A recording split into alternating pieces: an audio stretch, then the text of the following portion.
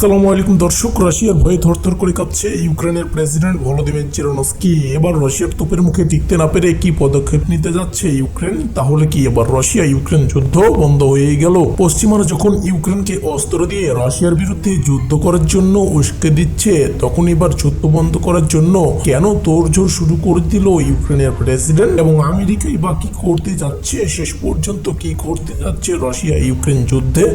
বিস্তারিত থাকছে পুরো ভিডিওতে। বিস্তারিত জানতে ভিডিওটিতে একটি লাইক দিয়ে ততক্ষণ পর্যন্ত আমাদের সাথেই থাকুন।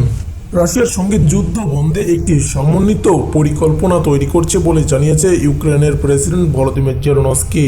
ইউক্রেনের রাজধানী কিয়েভে এক সংবাদ সম্মেলনে এই কথা বলেন জেলেনস্কি। এই সংবাদ সম্মেলন জেলেনস্কির সঙ্গে উপস্থিত ছিলেন স্লোভেনিয়ার প্রেসিডেন্ট। এই সময় ইউক্রেনের প্রেসিডেন্ট বলেন, যুদ্ধ বন্ধে একটি পরিকল্পনা সামনে আনা আমাদের জন্য খুবই গুরুত্বপূর্ণ বলে জানিয়েছে। দর্শক, আর এই থেকে বোঝা যাচ্ছে ইউক্রেন রাশিয়ার তোপের মুখে আর টিকতে পারছে না, সেই জন্যই যুদ্ধ বন্ধ করার জন্য তোড়জোড় শুরু করে দিয়েছে ইউক্রেন। এবং জেলেনস্কি আরো বলেন, এই পরিকল্পনায় বিশ্বের সংখ্যাগরিষ্ঠ দেশের সমর্থন থাকবে।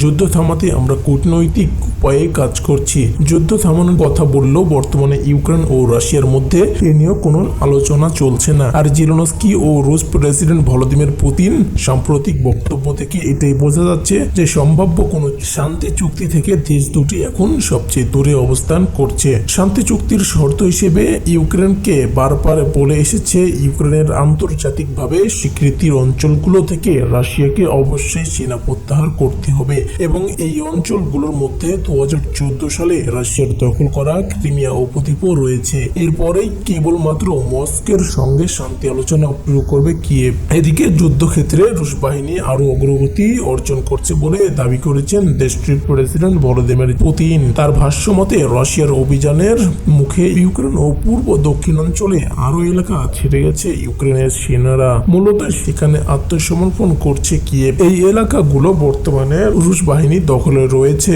ইউক্রেনের যুদ্ধক্ষেত্রে ধীরে ধীরে অগ্রগতি পাচ্ছে রুশ বাহিনী। গত শুক্রবারও দেশটির একটি গ্রাম দখলের দাবি করেছে তারা।